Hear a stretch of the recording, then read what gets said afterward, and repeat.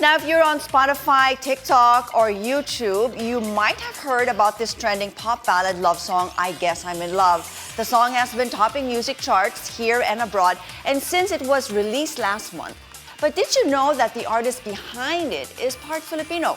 Clinton Kane was born to a Filipino father and a Norwegian mother, and I got to speak to Clinton all the way from California, USA, and he told me about his creative process in creating music and the inspiration behind this particular song.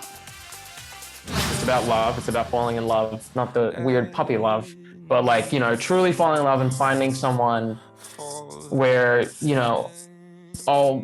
just like all their insecurities doesn't matter and like all these problems go away and you look at that person and it's like, it seems like there's no worry in the world, you know what I mean? But what's really funny is that when we released the song, August 20th, the person that I wrote that about, which I was in a relationship with for about like 9 months, we broke up the next day. So I'm going great, Christine. I'm having a good old time. It's great seeing all these couples post about my song on their TikTok. It's quite great. I mean, you wrote it for yourself. I mean, I understand that whenever you write the songs, for you, it's somewhat therapeutic. I mean, it helps you cope with whatever you're going through right now, and the song then transcends to somebody else who needs that healing and whatever power your words seem to have.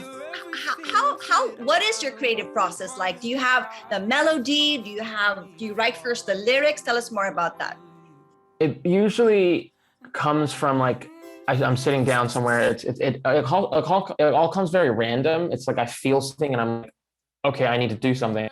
And it starts with like an instrument. I start playing chords on the guitar, piano, or whatever it is. And then when I start liking it, I'm like, oh wow. And I start coming up with melodies in my head. I start humming it, recording it, and then I start like popping out words out of my mouth very naturally. It's not like something I think about. It's like very like natural in that sense. And start popping out, and then after I finish like a line or two, I'm like, oh wow, this is a song about that. This is great. Your roots, okay, you Filipino, Norwegian. I understand that you also would dabble in songs for your church groups and all of those things. To tell us more about what was it like growing up. We understand it wasn't easy for you. You had to find yourself set off to Greece for a while. Tell us about those moments in your life. I mean, far from where you are now, and maybe your aha moment or defining moment that, brought you to where you are right now sitting with us. Yeah, it was all very confusing and overwhelming now that I think about it. I haven't really thought about it a lot, but it was a lot of moving. We moved every 3 years, Australia, UK, Brunei, just a couple countries all the time. And as a kid, like, it's like, what's going on? All I want to do is like hang out with my friends, and then I have to lose them. And then, I started singing in church. That's where I kind of started everything. I only listen to Christian. The only music I listened to was Christian music till about I was 15. So no pop music, no nothing, just Christian music. So a lot of my songs are very heavily influenced by that. Yeah, there was a lot of trauma, Christine, if I'm being honest. A lot of trauma in my childhood. And I didn't know what I was going to do with my life. I was confused. They never thought where my ambition and my goal was like, I want to sing from the rest of my life. I didn't think that I didn't think I was that good. I still don't think I'm that good. That aha moment is when I wrote my first ever song and I was having an anxiety attack. And after I wrote the song, anxiety attack left. And after that moment, I was like, whoa, this is what I'm meant to do for the rest of my life, no matter if I get money from it or if I don't, but I'm going to do it. And thankfully started getting money from it. So, I'm doing good for myself. I mean, it seems like things have really progressed quite fast. From 2019, from releasing your first ever EP to where you are now. Your songs are topping charts, as I've mentioned earlier, here and abroad. How do you feel about all of that? People are, playing your song, sending you all these posts. I mean, what is that like for you? Christine, I don't know. It's a lot.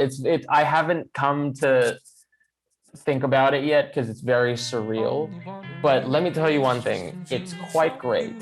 It's because I didn't have it's like great for a lot of people, but like for me it's like I didn't like have a lot of attention from my parents when I was growing up and everything. So getting attention from all these people is filling a hole in my heart from the past. So love attention, love everything that's happening right now. So I love it.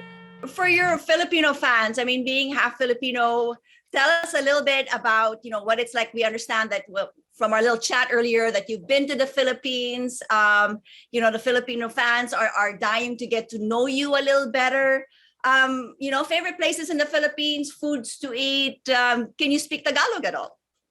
I can speak Tagalog, Christine. No. I mean, I can. Ang pangalan ko, Clinton Kane. Dito ako in California. Gutom na gutom ako. Anong gusto mong kainin? What's your favorite Filipino food? Ang gusto kong kainin ay sinigang. I love sinigang. Ngayon, right now. Well, my question is, would you even consider maybe doing a collab with other Filipino artists and maybe coming up with a Filipino song or a Taglish type song? That would be so fun. Done. I'll do it.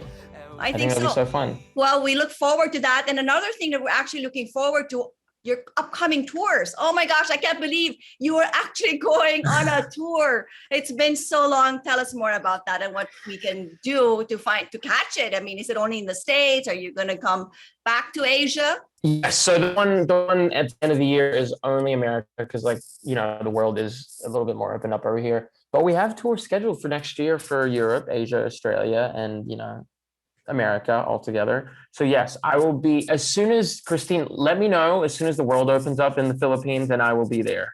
We're gonna get in line and check out Spotify for Clinton Kane. Thank you so much for spending a few moments with us here in New Day for all of your fans, and we hope that you get to eat your sinigang soon. Maraming salamat, Clinton. Thank you for being with us. Thank you so much for having me. It's my honor.